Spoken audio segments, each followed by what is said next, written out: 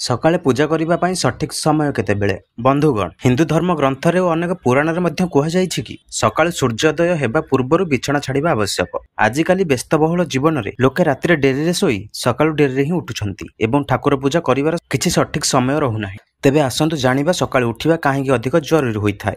सनातन धर्म रे कुहाଯାଇଛି कि सकाळे सूर्योदय पूर्वरु उठिबा द्वारा व्यक्तिर भाग्य वृद्धि होइथाय। सकाळ 4 घटिका ठारू 5 घटिका पर्यंत ब्रह्म मुहूर्त कुहाଯାଇथाय। एही समय रे व्यक्ति को बिछଣା त्याग करी नित्यकर्म सारिबा आवश्यक। तापर ठाकुर पूजा करिबा उचित। कुहाजाय कि सकाळु ठाकुर पूजा कले पुण्य फल प्राप्ति होइथाय। धर्मशास्त्र रे ठाकुर पूजा करिबा समय रे किछि खास नियम विषय रे कुहाଯାଇଛି।